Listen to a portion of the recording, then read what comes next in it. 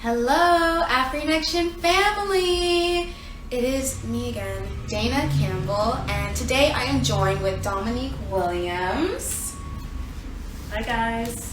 Today we're going to be doing a bio on Dominique as well as a little chit chat on branding, design, creative direction. First, I'm going to start off by reading you guys Dominique's bio so you get to know her a little bit more before we start. Okay, so Dominique is a multidisciplinary designer, director, and creative producer, specializing in brand art direction and digital and print design for brands at the intersection of luxury, fashion, beauty, and lifestyle.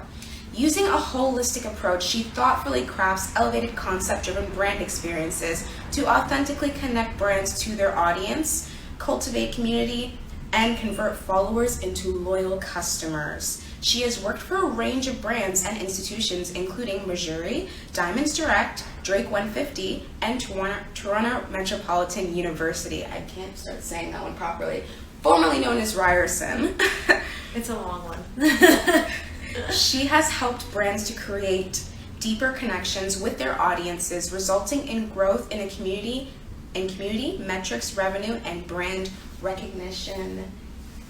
Thank you for that intro. Thank you for coming on the show. I know there's a lot of people who are going to be super excited to hear what you have to share with them. Yeah. So first, please enlighten us. What is a holistic approach to design? So a holistic design approach considers all parts of a business, all parts of a brand. Instead of saying, I want a logo, you think about, what your brand identity is. That's the difference between a brand identity and just doing a one-off logo. When someone says, something that I find business owners, brand owners encounter a lot is they're going to say, I want to work with a designer, I want someone to do a logo. They'll reach out to somebody and they'll say, I don't do one-off logos, I do brand identities. The reason for that is you want a fully considered approach. You don't want your logo to look disjointed from the rest of your brand voice, your visual brand voice, your website, the content you put out, your packaging. If your logo doesn't match, it doesn't create a cohesive professional experience. You have the Pepsi logo, for example. That logo matches the rest of the branding. It matches their ad spots. It matches their Instagram page. It matches a bunch of other things that they end up producing. And when you don't have a considered approach like that, you end up with a very disconnected brand identity. It's hard for people to buy into what you're selling. It's hard for people to understand what you're selling.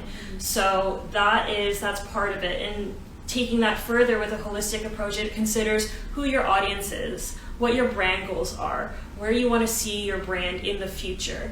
If you're a designer, for example, a fashion designer, and you say, I want to be the next Dior, that is a very big piece of information to consider in the colors you choose for your brand, the typography you choose for your brand, the logo design itself, the logo suite, having different types of logos for different situations. So taking into account all of the market and research-based information about your brand, the business goals, and creating something that will serve those interests, serve those goals long term, as opposed to piecing together things like a hodgepodge puzzle of a bunch of different areas, a bunch of different ideas that don't coincide. Great. That was a great answer. I really like that.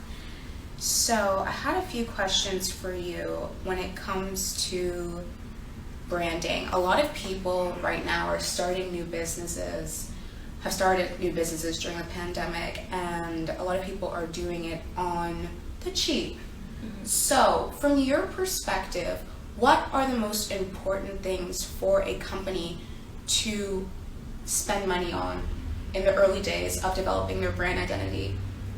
So after, of course, properly developing your product and what it is your offer, service, what you're offering people, the next best thing is to invest in your community. And so that's going to look different for different industries, for different businesses and brands. And so for you, it might be investing in market research, seeing what it is, getting focused and intentional information about what it is your audience wants. It might be investing in connecting with them better. One of the best things a brand can spend money on is copywriting and design, so that you're connecting with the right people.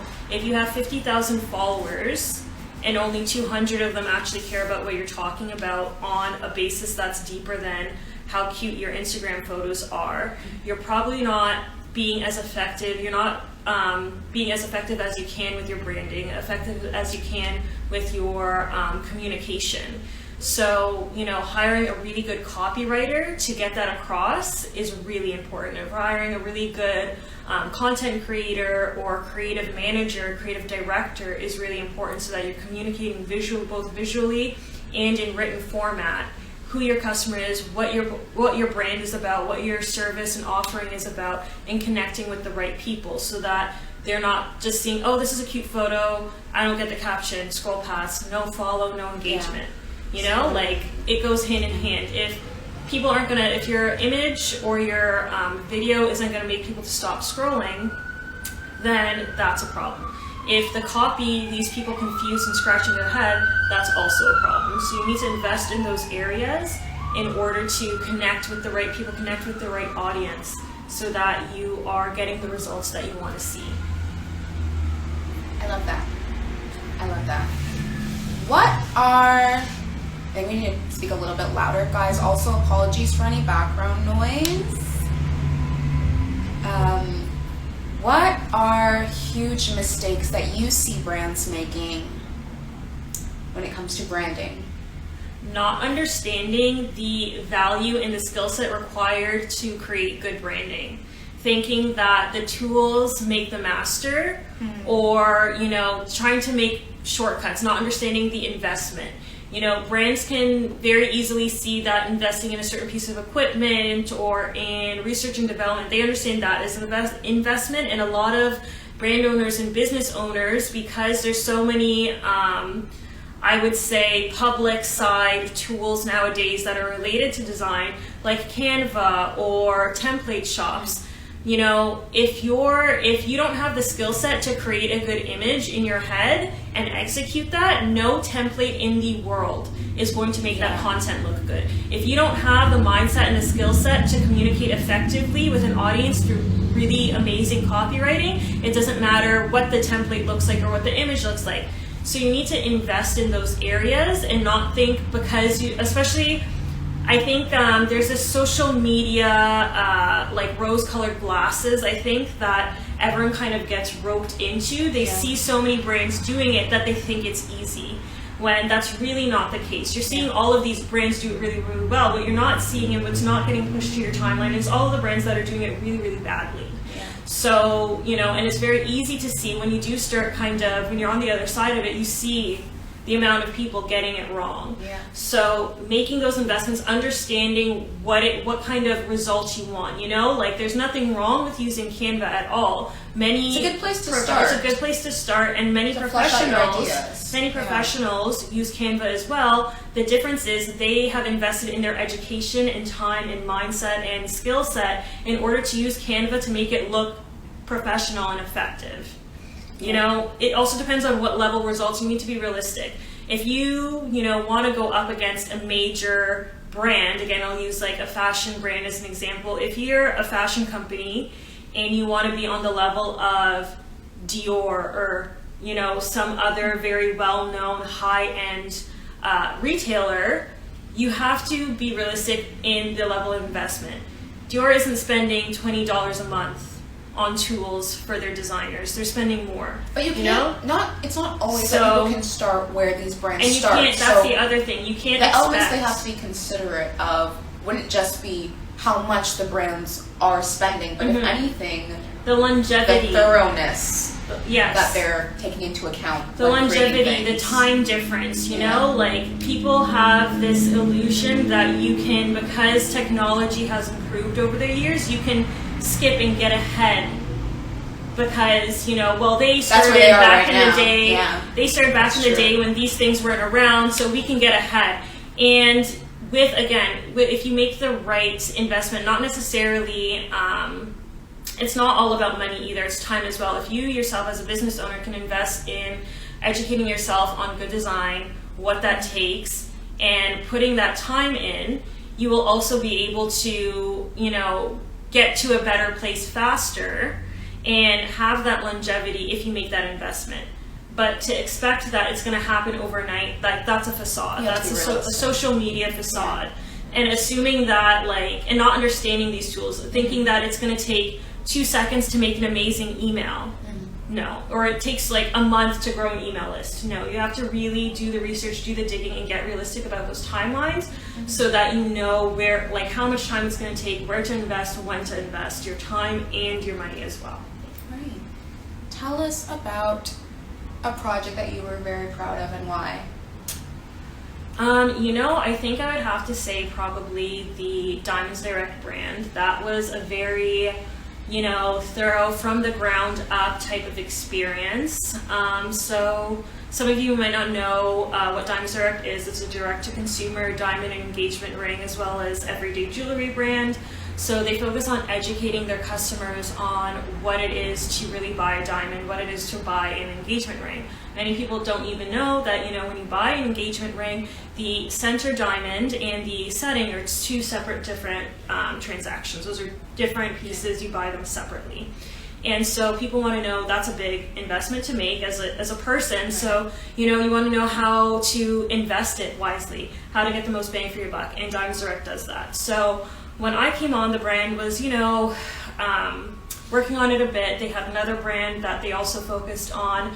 And so being able to come in and lend a vision to that brand and build it from the ground up, give it a facelift on its website, take the website to a new place so that it can attract more customers and reach more people so that they can educate the community on that process and get people to a better place in terms of their diamond purchasing and engagement ring purchasing journey was super exciting. Yeah. That's so nice. I like that.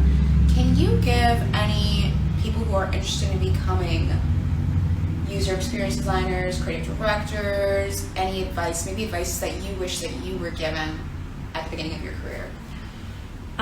Investing in learning client process design is super important. So, you can go, you don't even need, I would say, going to school necessary for graphic design isn't always necessary. Plenty of companies want to see or are more interested in your portfolio than your degree. That being said, regardless of whether you're on YouTube University or a university, a state or provincial university, what you often don't get taught is how to set up, how to invoice people, how to attract clients, how to take a client through the process, how to educate someone who isn't a creative. Most of the time you're not going to be working with other creative directors as a brand designer. You're going to be working with business people or people who aren't technology savvy, right, which is the beauty of the industry, but you're not always taught how to communicate effectively with those people. Right. So investing in courses, I would say, that aren't affiliated with any university, that do have a great track record, that come from other really great designers who have done the work of putting together a course so that you understand this is how you onboard people, this is how you offboard a project, this is how you take someone through their brand guidelines. That's really key, and I'd say that's a smart investment to make for someone who wants to go this route, especially if you are thinking of freelancing or starting your own agency. Great advice. I think it's so interesting that a lot of people spend a lot of time in school studying their skills, but leave school with no skills to actually set up their business. Mm-hmm. It's honestly, there's so many industries, I think, especially creatively, that need to have more, especially in the post-secondary school system, you need more courses that are based on business and business administration. Because if you can't, people say this with artists as well all the time, if you don't know the business side of things, you're going to end up being a starving artist. You're going to end up being, destitute essentially to a degree if you don't know how to market yourself, if you don't know how to, even if you don't want to run your own business, you still need interview skills. You need to know how to market yourself. You need to know how to look at a project brief or a job description and say, this, I know how to do this, and this is how, and I'm going to tell you a story about exactly how I was able to achieve these things that you're looking for and why I'm a great fit Many people don't know how to do that. And I think that is a key in furthering creative education, especially in school systems. Like I said, if you are a great Googler, you can probably get away, you can probably start a creative career completely without a degree. That's what I did. I'm a great Googler, great YouTube university goer. Self-teaching is very, very important in any kind of, entrepreneurial, freelance career that you want to have, creative or otherwise. Go to school, but do the work. Yeah. Set up your own side projects. That is another thing I will say that's very important. If you want to have a creative career, regardless of what your path is, you need to be able to do your own self-led projects. That's something that you'll find whether you are trying to be a freelancer and start your own agency, or you're trying to go the corporate agency or brand side route. You need to be able to maximize and capitalize on whatever briefs you're getting so that you have something to show people afterward. And I think that's part of the reason why my journey has been what it's been, and why I'm seeing, I'd say, pretty consistent success in terms of the job market. Right. Because when I was in school, everyone got the same project brief, but I was extra. I was extra as hell. Every project, I wanted to do it to the nth degree. This is how I met her, every actually. time. Yes, this is how I met her. I remember. And I didn't actually know that it was for school. Yes. The way that she pitched this to me, so I'm a poet also, for those of you who don't know, but I also model. And Dominique asked me, she was like, do you mind, do you have maybe a poem in mind for this? And I'd also like you to be in the visuals. I have this. She sent me a treatment, mood board. I was like, okay, what is this? She's like, these are what else is going to be on set that day. Yes. This is the order of the day. We do this at that time. Break. Have food. Yes. Very well orchestrated. You have to take things, if you're in school as a creative currently, take your projects seriously. And obviously you're not going to have time to take every single project 120% serious and do it, the way you would want to do it, as if you were being paid. And this is probably going to suck if you're very perfectionist to hear, but you're going to have to take the D, take the C on some of your assignments. You're going to have to pick and choose and say, this one's only worth 5% of my grade. Yeah. I have to take the L. I'm not going to hand it in, or I'm going to hand it in with half of it done, and whatever I get is what I get, just so that I'm not taking a complete 0 on it. That's true.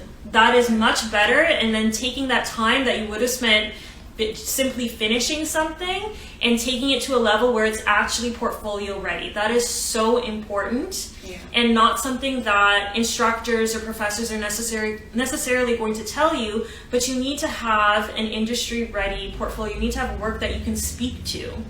And that's going to put you in a much better position when you get out, other than having, okay, well, I was on honor roll, but I have nothing to show for you. Nobody cares. Nobody cares. Nobody really cares unless you're a doctor or an engineer. You're doing something life-saving. And that's another thing that, on the flip side of it, I will say you need to take it seriously, but don't let it bring you down emotionally and mentally. Take your work seriously, put your time in it and invest, but as creatives, in a way we're saving lives, but we're not literally saving lives. If your project doesn't turn out the way it is in your head, no one's going to pass away from that. It's true. And you have to be able to, be okay with not being top tier right away, because you're always growing. Even 10 years down the line, you're still improving, you're still growing. There's always room for growth. So keeping that in mind as well, but doing the best you can with what you have at the time, so that you're preparing yourself for the future. You don't want to look back after a 4-year, 2-year, 6-month even program and say, oh, I could have done that assignment better. Because what often people do is say, oh, well, I'll go back and redo it, or I'll touch it up. No, you won't. Most people aren't. You just don't have the time. Because you have to remember, especially if you're on the job hunt after school, applying for jobs is a full-time job. It takes a lot of energy, it takes a lot of time, a lot of effort to go in and tailor your resume for each posting, to put in a cover letter if it's, a mandatory field, etc. To look for opportunities that actually match your location, your experience level, your interests. So you have to keep that in mind as well. Totally agree. Creative industries is one of those industries where your grades in school is not reflective of how you will do outside of the classroom. Just like you said, no one's going to die if your project doesn't turn out the way you've imagined. Whereas being a doctor, your grades are going to be reflective of your knowledge, and we're going to need you to have that in place. Creativity is so much like up to interpretation, right? Mm-hmm. Your teacher may not appreciate it, but there might be a brand that would hire you that would appreciate it. So that's why it's important to take the work seriously. And what you want to be able to see, and I've go out. My other piece of advice is go out and make sure you're connecting with people who can mentor you. Mm-hmm. I was lucky enough to have a conversation with an amazing design manager who's had amazing years of like agency experience in the so-called creative mecca of New York, and a bunch of other amazing companies. And I was so glad I was able to connect with him because he gave me such great advice, and he really got me thinking of, even with my years of experience, just affirming certain things that I thought about, like how I was going to present my portfolio, which is people want to see your design thinking. So, you have to balance it between not showing every little thing. I think people are often, especially recent grads, younger creatives, people that are very green, you're used to hearing, you don't need to show every single little thing. True, but people need to see how you think. That's really important. That's really key, especially if you are applying somewhere that's brand side or agency side. As opposed to doing something freelance. Freelance and starting your own agency, people want to see that, you've worked with or you've done a beauty brand before if you want to go after beauty clients.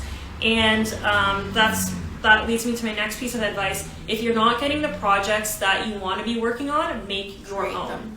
You have to create your own, because, if you're only getting jobs for service-based industries, you worked on 3 different dental offices, but you want to work for a beauty brand, or you want to work for a fashion fashion brand, you need to show that. Like, people don't wait for opportunities, create your own. Like that. Don't wait, create your own. Kiki Palmer is starting her own TV network, and she said the same thing, and I was like, yes, finally someone is saying it.